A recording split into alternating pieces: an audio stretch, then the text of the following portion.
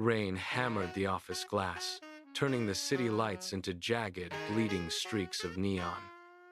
Mint did not look up.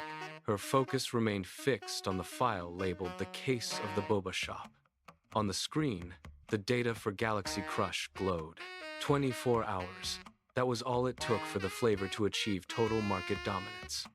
It was not just fast, it was mathematically impossible. Mint tapped the screen, scrolling through the distribution logs. Every city, every district, every street corner had been saturated overnight. There was no organic growth, no viral trend, only a calculated, relentless expansion. She pushed her chair back, the metal legs scraping harshly. She pulled her phone from the desk and tapped a single contact. Jax was deep into his game, but he would answer. "We have a problem," she said. "The Galaxy Crush data is not a trend. It is an invasion. Get to the shop. Now." She grabbed her gear and headed for the door.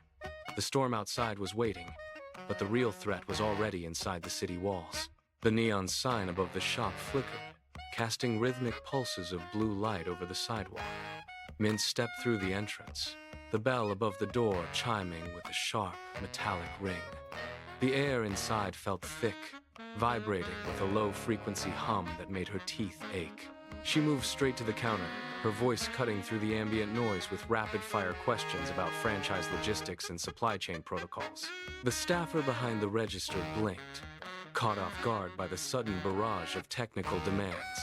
While the employee scrambled to pull up digital manifests, Mint leaned over the counter, her eyes tracking every movement in the back office. Jax was already there, his boots silent on the linoleum. He ducked behind a stack of shipping crates and knelt. His fingers traced the edge of a floorboard, finding the seam. He pried at it, the wood groaning under the pressure. It didn't budge. He braced his feet, pulled harder, and the board snapped free with a splintering crack. He reached into the dark cavity, fingers closing around a leather-bound ledger. He flipped the pages, his breath hitching as he scanned the chemical formulas. His eyes locked on the entry for honeysuckle. The notes were explicit. A synthetic process engineered to trigger hypnotic addiction. The shop owner saw the ledger in Jax's hand before they even reached the door. He dropped a crate of supplies, the impact echoing like a gunshot, and bolted toward the rear exit.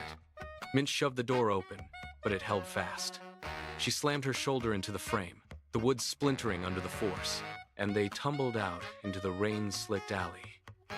The owner was already sprinting across the tarmac, his silhouette cutting through the heavy downpour, toward a private jet idling at the edge of the strip. The engines of the jet began to whine, a high-pitched scream that signaled an immediate departure. Mint did not hesitate. She sprinted toward her own aircraft, her boots sliding on the wet concrete. She vaulted into the cockpit, the smell of ozone and fuel filling the small space. Her hands flew across the console, flipping switches and priming the ignition. The engine coughed, sputtered, and then roared to life, vibrating through the frame of the plane. She slammed the throttle forward, the sudden surge of power pinning her against the seat. The jet ahead was already taxiing, its landing lights cutting through the darkness. Mint pulled the control stick back, the nose of her plane lifting off the ground as she chased the fleeing target into the storm. The sky was a chaotic void of black clouds and freezing rain. Mint gripped the control stick, her knuckles white, as she pushed the aircraft into a steep climb. The jet ahead banked sharply, disappearing into a thick bank of fog. She followed, the airframe groaning under the sudden pressure. A violent updraft slammed into her wings, tossing the plane like a leaf. She fought the stick, her vision blurring as G-forces pushed her deep into the seat, the blood rushing from her head. She leveled the craft, leveling out just behind the owner's tail. The engines of the target jet roared, a deafening mechanical scream that vibrated through her own cockpit glass. She banked hard, cutting the corner of the turn to close the distance. Her plane shuddered, the metal skin vibrating in protest at the speed. She pushed the throttle to the absolute limit, the needle hovering in the red. Slowly, she pulled alongside the jet's cabin. The rain lashed against the windows, but she saw him. The owner sat in the pilot seat, his features illuminated by the flickering instrument panel. He turned his head, locking eyes with her through the glass. His face twisted into a grin, slow and deliberate, a look of absolute certainty. He held up a hand, his fingers resting on a small remote device. The remote clicked. A fraction of a second later, the owner's jet vanished in a blinding bloom of orange and white. The shockwave hit Mint's aircraft like a physical hammer, slamming the nose downward and throwing the cockpit into a violent spin. Metal shrieked as the airframe buckled under the sudden pressure. She fought the stick, her muscles straining against the G-force, but the plane was falling, caught in the wake of the fireball. Burning debris rained down around them. Jagged chunks of fuselage glowing white-hot as they sliced through the clouds. A piece of the wing tore away, spinning into the darkness. Mint realized the plane was failing. She grabbed the emergency release, the handle snapping back with a sharp metallic crack. She shoved Jax toward the open hatch, the wind howling into the cabin like a living thing. They lunged into the void, the air rushing past them with the force of a solid wall. The plane disintegrated behind them, a sprawling mess of fire and twisted metal plummeting toward the earth. Mint pulled the ripcord, the harness biting into her shoulders as the parachute snapped open with a violent jerk. She swung through the night as the burning wreckage continued to rain down like hail around her. The ocean hit like a wall of ice. Mint plunged into the black, the salt water stinging her eyes as she fought to untangle the parachute lines. She kicked toward the surface, gasping as her head broke the freezing air. Jack surfaced a few yards away, his breath coming in ragged, desperate gulps. They clung to a piece of floating debris, the waves tossing them like driftwood in the dark. The silence of the open sea was absolute, broken only by the rhythmic slapping of water against their chests. Then, a beam of light cut through the gloom. A fishing boat drifted nearby, its engine idling. Mint waved her arms, screaming until her throat burned. Jax joined her, his voice cracking across the water. The boat turned.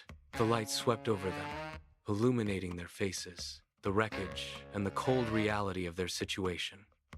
Brina stood at the helm. She looked directly at them, her expression unreadable, her eyes devoid of recognition. Mint shouted her name again, a plea for help, but Brina simply reached out and killed the spotlight.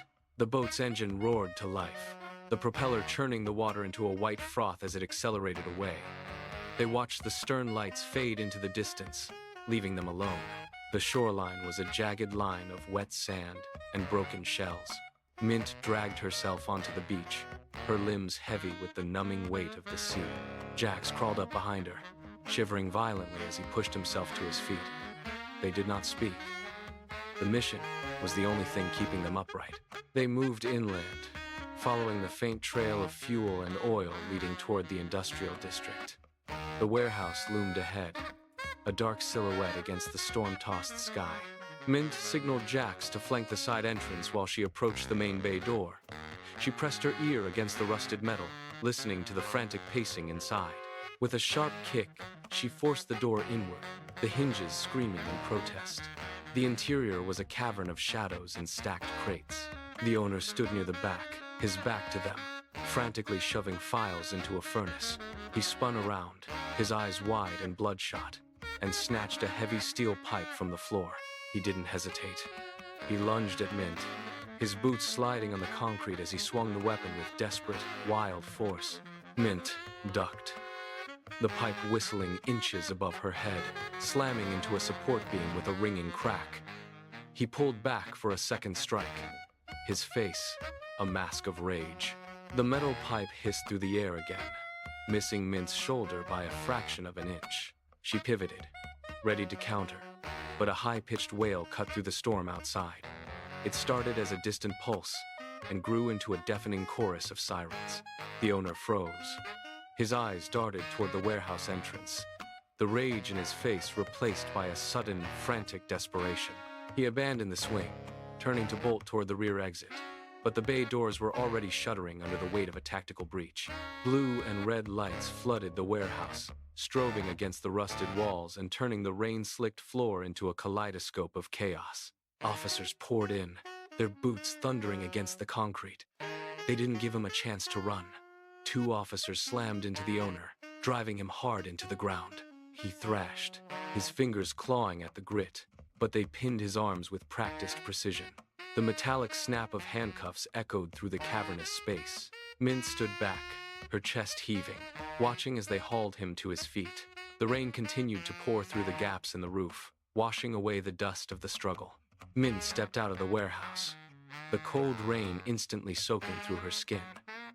She stood on the edge of the dock, watching the police cruisers pull away, their lights fading into the dark sprawl of the city. The owner was gone, locked away, but the silence that followed felt wrong. It was too quiet. She looked up at the skyline, where thousands of windows glowed like embers in the night.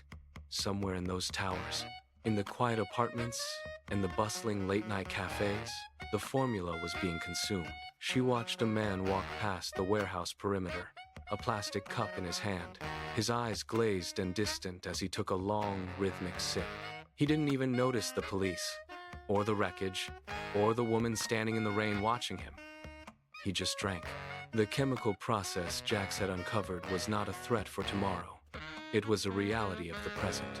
Mint felt the weight of the data in her pocket, a useless collection of facts against a tide that had already turned. The handcuffs had clicked shut on one man, but the machine he built was self-sustaining, humming along in the bloodstreams of a million people. She turned her back on the docks, walking into the shadows of the city. The victory was a hollow shell, a temporary pause in a war that had already been lost.